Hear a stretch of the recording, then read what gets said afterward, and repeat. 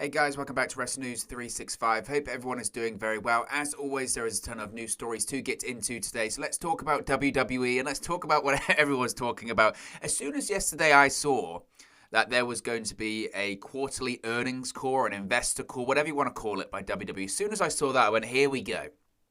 Because every time there is an investor call, every time Vince McMahon, the WWE Chairman and CEO speaks, every time that happens, you get news. The reason you get news is not just because it's Vince McMahon speaking, but because the guy can't help himself. He just can't help himself. And I think that these people that are on these calls, after WWE does their presentation and tells you about how much money they're making and how great WWE is right now and how they're more profitable than ever, once you get into the Q&A portion, once people start asking real questions about Vince McMahon, WWE, the landscape of pro wrestling, the landscape of companies like AEW, you're going to get gold because the guy can't help himself and the company can't help themselves. And Vince McMahon made some news yesterday during this call when he was asked about AEW.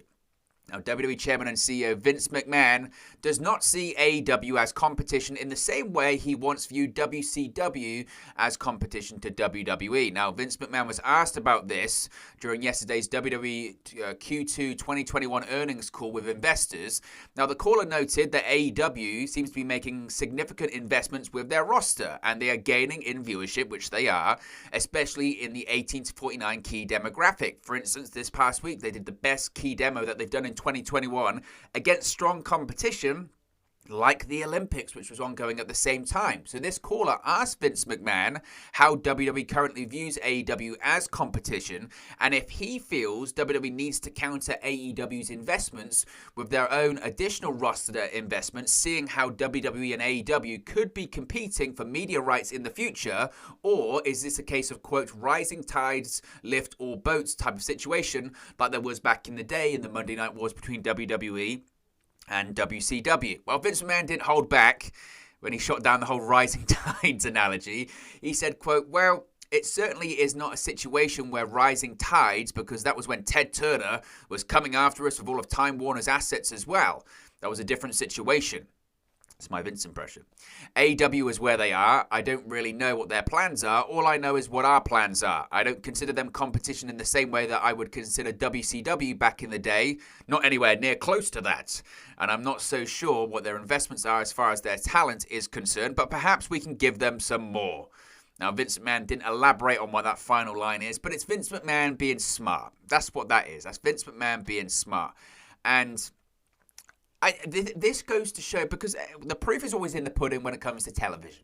When it comes to television and it comes to booking and all that kind of stuff, or it comes to the reports that come out about contracts, negotiations or contract situations, especially when AEW was starting in 2019.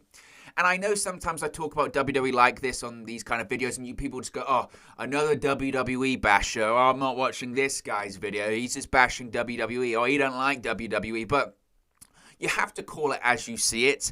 And when you see Vince McMahon make comments like this doesn't jive with reality. This doesn't jive with the reports that have been out there right now. If Vince McMahon and WWE didn't see or doesn't see AEW as competition, why back in 2019 are they offering FTR, The Revival, a great tag team, don't get me wrong, but The Revival, $1 million to stay with the WWE? Why did they say to Brody Lee, God rest his soul, we'll pay you a lot of money, more money than you've ever been paid before in your life. We don't have any plans for you right now, but we'll give you a ton of money just to sit at home.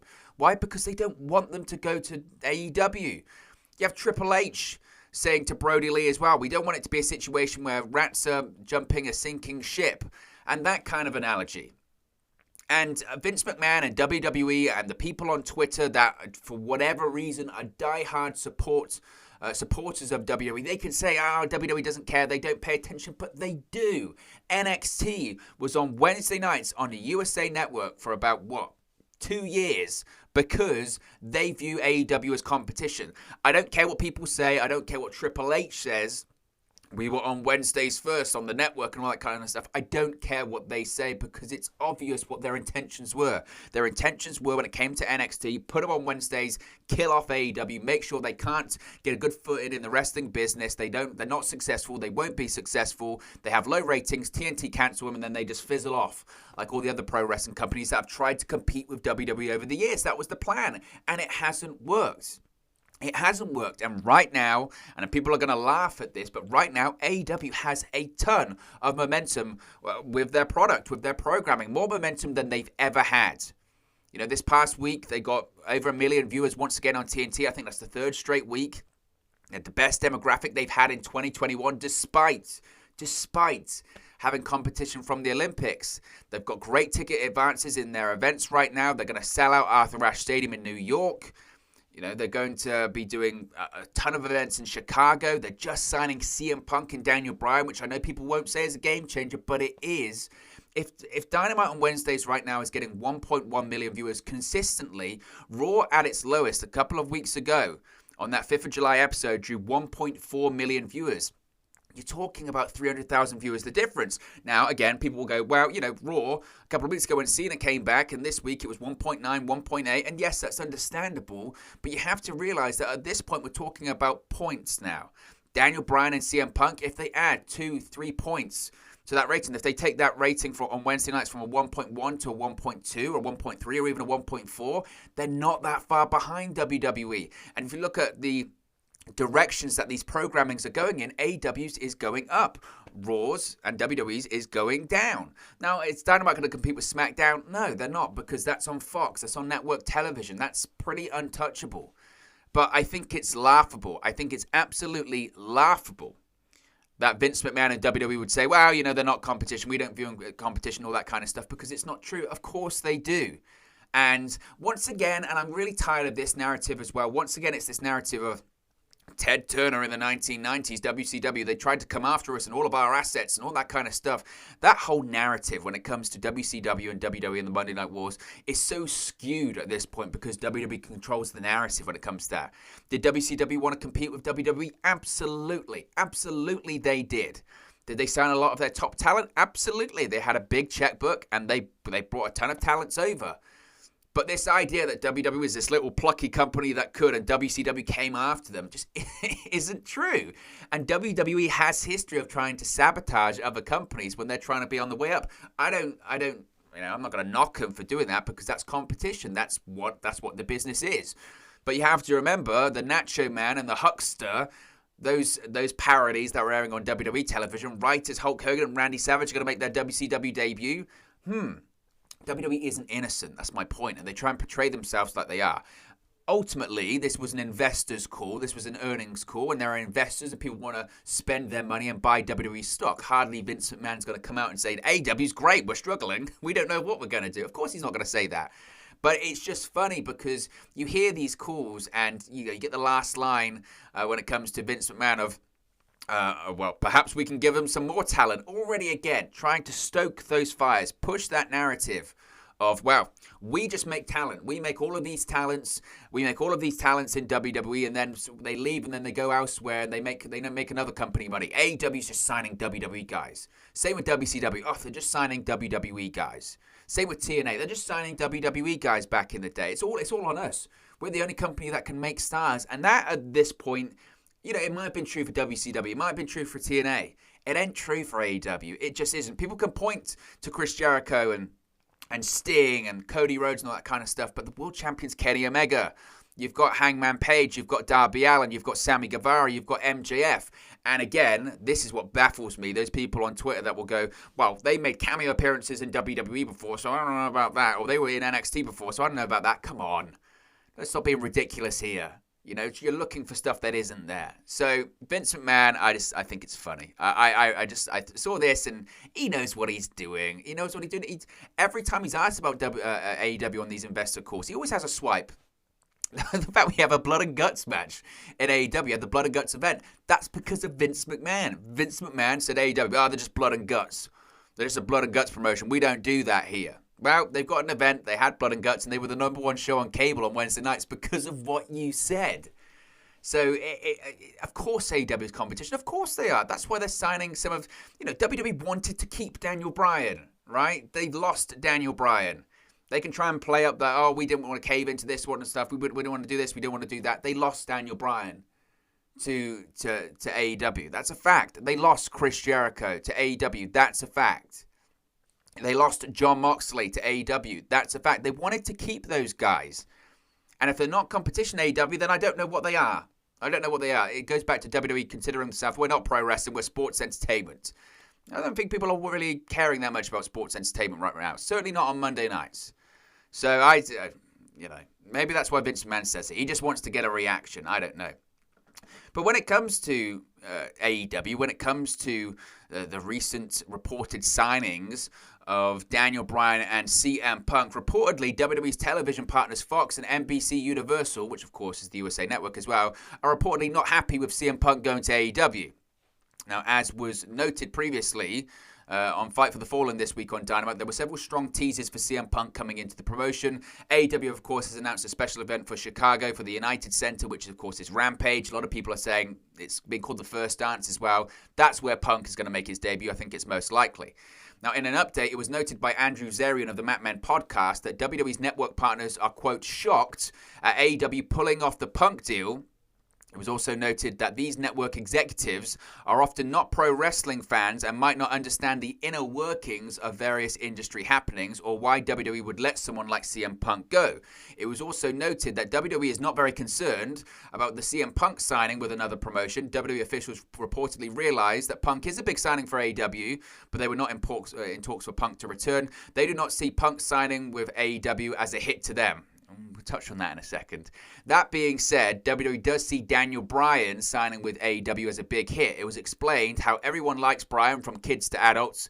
He brings in strong merchandise sales. He's been a part of the Total Bellas reality show. He has a strong comeback story. His wife, Brie Bella, her sister, Nikki Bella, are intertwined with WWE PR and media, and both Bryan and the Bellas have been strong ambassadors for WWE as well. But Zarian noted on the Mat Men podcast that WWE officials upset that the company lost. WWE officials are upset that the company lost Bryan. There are also rumors that WWE Chairman and CEO Vince McMahon is very upset, and that members of management are very angry at the potential signings. So I don't know. Zarian noted after the podcast aired as well. This is an interesting comment as well. He said, quote, WWE is not as concerned about the possible Daniel Bryan and CM Punk signing to AEW as we are, according to a network executive source. Put it this way, when I saw that tweet by Andrew Zarian, that is WWE saving face. There is no doubt about that. There is no doubt in my mind. These networks executives are going up to people within WWE going, Daniel Bryan, CM Punk, that feels like a big deal. And they go, don't worry about it. They're not a big deal. No one's cared about CM Punk for years. And Daniel Bryan, look, he was a star for us, but we've got plenty of other big stars. It's not a big deal. We're not worried.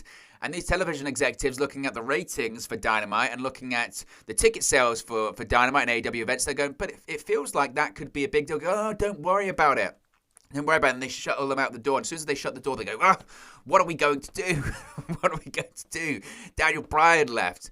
And there has been this kind of feeling that WWE are putting out there as well. CM Punk signing with AEW, that is not a big deal. It is a big deal. Don't lie. AEW is going to be running 4 events, in Chicago over the course of like 2 weeks. Rampage, Dynamite, Rampage, All Out. All of that could possibly sell out because CM Punk is there. One guy. That's a big deal. That is a really big deal. And I know people will say, well, Daniel Bryan's the biggest signing. And he might be the biggest signing, because he was in the main event of WrestleMania this year. He was just coming off WWE television. He was in matches with Roman Reigns and Edge and all of these names on WWE TV. That does hurt WWE. So WWE can try and save face as much as they want. They can try and save face. It's not a big deal. Don't worry about it. We've got plenty of stars, all this kind of stuff. But you're lying to yourself. You're lying to your network executives if you don't think CM Punk and Daniel Bryan, they're a big deal. Are they game-changing signings like people are saying? Time will tell. Surely you would think they improve the ratings. Surely. Especially a name like Punk as well, because, again, he's been out of the ring for such a long period of time, and I don't even know if he ever was going to come back. And Daniel Bryan, because I don't think anyone ever expected to see him not inside of a WWE ring again. So they are big signings. They're big deals. And it feels like especially over the course of the last week or so since we've heard these reports of Bryan and Punk signing with AEW, that WWE now, it's a PR offensive. It's not a big deal. They're not even worth signing. Punk, no one's cared about Punk for years. Daniel Bryan, well, it sucks, but, we've got other stars. We're not too worried. It's all PR. They're trying to settle people down because, like the guy said on the call yesterday, give it a couple of years, when suddenly TV deals start to come up, you've got competition. And like the guy says, suddenly you're competing for media rights, you're competing for contracts, you're competing for TV deals, merchandise rights, all that kind of stuff. Having names like CM Punk, having names like Daniel Bryan, in addition to names like Jericho and even, people that went with WWE like Omega and Sting, and those names that network executives recognize, they're going to say, well, this seems like a viable alternative now. So WWE can try and do and say what they want, but I think everyone realistically here knows the truth about what they're trying to achieve. Now, let's switch gears here. Let's talk about Monday Night Raw. Let's talk about Karrion Kross. Now, Karrion Kross's booking has just been bizarre, obviously, on Raw since his debut. He lost to Jeff Hardy. He was scheduled to lose again to Jeff Hardy, but he actually defeated Keith Lee because, of course, Hardy tested positive for COVID last week. But despite her recent absence and having no Scarlett on the main roster, WWE may still have plans for her on Monday Night Raw. Now, there's been a lot of speculation on the duo of Scarlett and Karrion Kross after just Kross himself has been seen in the recent main roster matches. Now, Kross defeated Shelton Benjamin on main event last month. He then lost to Jeff Hardy on his Raw debut. He then defeated Keith Lee on Raw this past week, but Scarlett's been nowhere to be seen throughout all of this. Now, in an update, it was indicated by Andrew Zarian, once again of the MatMan podcast, that the plan has been for Kross to keep losing on Raw until Scarlett shows up. The potential plan would see Scarlett showing up to bring Kross back on track, with the idea that she possesses what it takes to unleash the warrior or gladiator within Kross. Now, they kind of did this in the past, didn't they? They kind of did this in the past. Was it with Mark Miro and Sable, that kind of thing? And I think it was even, I don't give Guy a lot of credit all the time, but I think even Jim Cornette said that this might be the situation that they were going with. If they are going with this, that gives you WWE's mindset on Karrion Kross once again. People will say, see, it's all part of a plan. It's all part of a big long-term plan. You're not giving WWE a chance to let things play out and all that kind of stuff. There's a couple of things I would say about that. One, a lot of the time WWE has a long-term plan. They book someone so badly that Vince McMahon gives up halfway through going, this guy isn't getting over. I wonder why, because he's losing. WWE and Vince McMahon have done that quite a few times. Two, it really gives you an outlook as to what WWE truly feels about Kross. When they see Karrion Kross and Scarlett, they see the star and it's not Karrion Kross, it's Scarlett. That's what they see. They see Kross and they see Scarlett and they see Mark Miro and Sable.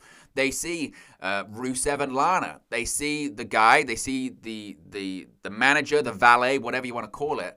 And they see it and they go, oh, Scarlett's the star. Vince McMahon sees that duo and he goes, Scarlett's the big star. And it would make you worried about Karrion Kross because historically that's never gone well. Eventually they try and split you up. Scarlett will be the star and then Karrion Kross once again is doing jobs on Raw or main event. And eventually he leaves, goes to Impact, goes to AEW and then bashes WWE because he was booked badly. I can already see it. Because if you've got to look at history, you have to look at history when it comes to that. So again, I know people will now justify it. See, they always did have a plan, but I think the plan sucks, to be honest, because I don't see how Karrion Kross gets over from that. I mean, people will say, yeah, but he's got to win all of these matches with Scarlett. That's not guaranteed. WWE changes their mind every 5 minutes. So who knows? Who knows? That whole gimmick isn't for me, to be honest. Speaking of WWE and this investor call yesterday, WWE is heavily bragging about Peacock. Now, this is a tangent here, but Peacock's coming to Europe very soon, and I'm not happy about it, considering the issues that I've seen my American friends have with Peacock. Looks like Europe's going to have to be dealing with that soon. The only positive is that Peacock over here in the UK is going to be launching on Sky, and obviously if you pay for Sky, you're going to get Peacock for free, so, I mean, you save like $9.99 a month. But for bad product, I don't know about that, but anyway, viewership for WWE pay-per-view events has increased due to the partnership with Peacock, which of course is the exclusive home of the WWE Network in the United States. Now, WWE President and Chief Revenue Officer Nick Khan noted during this earnings call yesterday with investors that viewership for the WrestleMania Backlash pay-per-view was up 26% from the last year, while Hell in a Cell viewership was up 25%, and Money in the Bank viewership was up 46%, all from the year before on the standalone WWE Network platform. Now, Khan also revealed that WWE viewership numbers have increased considerably from what shows were doing before the COVID-19 pandemic hit. WWE expects those numbers to continue to climb as Peacock grows their subscriber base. This is what he had to say, quote, 4 months into the Peacock partnership, we're seeing the benefits of a streaming partnership with a platform that has a broad distribution and continues to grow. Since moving to Peacock, viewership of our pay-per-view events have increased, with Backlash up 26%, Hell in a Cell up 25%, and Money in the Bank up 46% from their prior year performance on the standalone WWE Network. Now, as noted before, it was revealed in Comcast's quarterly earning financial results on Thursday that Peacock has now reached 54 million subscribers since its debut in April of last year. It had 42 million subscribers as of the end of the first quarter of this year. The platform generated more than 20 million monthly active users for the second quarter of this year. As I mentioned, those numbers are obviously going to go up, which they're going to brag about because of their launching over here in Europe. Realistically, I mean, you can't really bash that by WWE. I mentioned at the time when it was announced that Peacock was going to be licensing the WWE Network and it was going to become exclusive to Peacock. It was a no-brainer. They get paid $1 billion, WWE, for that, and they have a far, far, far broader distribution than the WWE Network ever did. The WWE Network had what? How many subscribers was it? Was it like 2, 3, 4 million? Something like that? I don't know. It wasn't loads. It really wasn't loads. In comparison, when you have 50 million, it's a lot. It's a lot. And that's how you get the casual fans. 50 million people that are signed up to Peacock, 50 million of them aren't pro wrestling fans. But when they're bored and they're sitting at home on a Sunday night or whatever, and they see that a pro wrestling event's on live, or they see anything's event on live, they'll be like, I'll watch it. Why not? I pay for it. So that's how they get them. That's how they get those casual fans. That's why I guess WWE will brag that they're not worried about AEW, because they're getting $1 billion from Peacock and more people are watching their pay-per-view events than before. Which, again, is probably why they'll be like, we're not worried about anything that's going on right now. So you can't argue with that. You really can't. You can't argue about what has been a very successful deal for them. This is a really interesting story because, of course, NXT had their television tapings last week for the next few weeks of NXT while it's airing on Sci-Fi. And longtime NXT fan and online contributor JJ Williams said he was escorted out of last week's television tapings from the Capitol Wrestling Center in Orlando. Now, Williams, of course, is an official correspondent for the Wrestling Observer F4W online website, who often tweets notes and photos from NXT events, took to Twitter and said that he was removed from an NXT taping due to his affiliation with the Wrestling Observer F4W website. Williams noted that security took a copy of his ID, had him delete photos on his phone from the taping, and then escorted him off the property. Williams added that his time and devotion will no longer be given to WWE moving forward. There was a full statement. It's a long thread. You can see it on social media. Tony Khan, as well, must be said as well. The AEW president and CEO responded to these tweets about this incident and said, quote, "See you at AEW Dynamite Homecoming, JJ. We're looking forward to your visit." It's a layup when it comes to Khan for positive PR, it must be said. But he's right. You know, this is... I saw this and it doesn't feel right. And the reason I say it doesn't feel right is because those spoilers and those photos were coming out on Twitter anyway, irrespective of JJ Williams being there. There were plenty of other people posting those spoilers. There is no doubt in my mind he was singled out because he was from the Wrestling Observer F4W. And that's BS because, let's face it, NXT can't afford to lose face right now. Yes, some of the viewership's been going up on USA Network the last few weeks, but their audience, as small as it is on USA, is mainly, you know, underground, hardcore, smart pro wrestling fans that probably do read The Observer or go on websites or listen to or watch YouTube channels like this. So for NXT to basically single a guy out being like, you work for The Observer, you're not welcome here, you're gone, that doesn't feel right at all, especially when there's other people in that event doing the same thing. And I hope someone brings it up on the next Takeover Media call because, again, this is what makes me laugh of all of that. They don't want you at their events. They're kicking you out of their events because you're going to spoil the show, blah, blah, blah. But when it comes to a couple of weeks when they've got TakeOver 36, suddenly they want all the media. Oh, we want all of these wrestling websites. We want all of these wrestling journalists. Come in, ask us questions, write about us on your website so we can have a better SEO ranking, we can have better trending stories on Twitter and social media, and we can have more hits, and people are going to be talking about NXT TakeOver 36, and more people are going to be watching NXT TakeOver 36. It's only when they want it. It's got to be on their terms. That's why I find that story yesterday really just disappointing. Because especially a brand like NXT, they've had to generate a good relationship with these pro wrestling websites, but only on their terms. When it comes to a taping, no, you're not allowed. Get out. But when it comes to a pre-takeover call or a post-takeover call, oh, we really want to have the Observer on there. We want to have F4W on there. What a load of BS. What a load of BS. It's not if NXT can afford more, bad publicity or anything like that now. It's just ridiculous. There's a recent photo of Bray Wyatt that's circulating. And he looks great. You can see him right there. He looks to be in absolutely fantastic shape. Bray Wyatt, of course, he's been a hot topic of discussion on social media since his absence from WWE after WrestleMania, after that loss to Randy Orton. We haven't seen him since. Now, a fan spotted Wyatt at a grocery store and posted the photo of the two. This led to a lot of people commenting about how great Wyatt appears to be, and he looks to be in some fantastic shape. Now, it's been reported recently that WWE is keeping Wyatt off of television for the time being for reasons that are not related to creative. He doesn't have any heat, but there's no timetable of when Bray Wyatt is scheduled to return to WWE. Of course, his last in-ring action was at WrestleMania, that loss to Randy Orton, where he was scheduled to win initially and plans changed on the day of the event. He appeared on Monday Night Raw the following night saying he was going to have a fresh start, and we haven't seen him since. There's been speculation he could appear at SummerSlam, or as we head more into August with SummerSlam on the horizon. Time will only tell, but he looks to be in great shape, and again, we could speculate on what the issue is with Wyatt, but we don't know. So until he says something, we're not going to really comment on it here, but looks to be in fantastic shape. Good for him. Finally, Natalya has provided an update when it comes to her apparent injury she suffered on Monday Night Raw this week. As was previously noted, Natalya apparently suffered some kind of right leg injury on Raw while going at it with Doudrop in a match that saw Natalya and Tamina defeat Doudrop and Eva Marie. Natalya quickly tagged out the match so that it could finish. She was then helped to the back by a medical team member and Tamina, unable to put weight on her leg. In an update, the belief within WWE is that she suffered some kind of an ankle injury. This is according to PW Insider. She is scheduled to undergo an MRI at some point this week. There's no word yet on the severity of the injury, if she's going to miss any ring time. Are they going to have to vacate the tag titles? Time will only tell. We'll have to wait and see. But for those who missed it, Natalya took to Twitter on Wednesday and thanked her supporters. She said, quote, "Thank you to everyone for the kind words about what happened on Raw. There are beatings you can plan for and there are ones you can't, but that's the job. But I'm willing to give whatever bones, muscles, tendons I have to continue doing what I love. Good thing I'm unbreakable." So we haven't heard yet as to what the situation is with Natalya. Once we have confirmation, of course, we'll talk about it here on the channel. Fingers crossed it's not that serious. But look, guys, as always, this is just one man's opinion. What are your thoughts on these WWE news stories we've spoken about today? Let me know your thoughts in the comment section below. I'll do my best to respond and reply to all of your comments.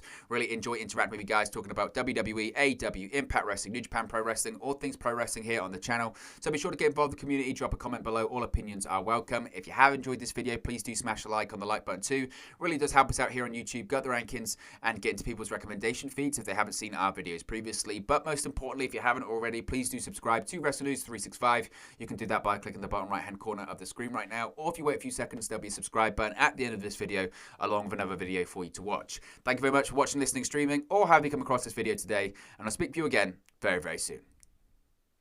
Hey guys, thank you for watching, listening, streaming, or however you come across this video today. Be sure to click on the video on the right there to watch our next video, or click the bottom there to subscribe, or the bottom right hand corner. Thank you very much, and I'll speak to you again very soon.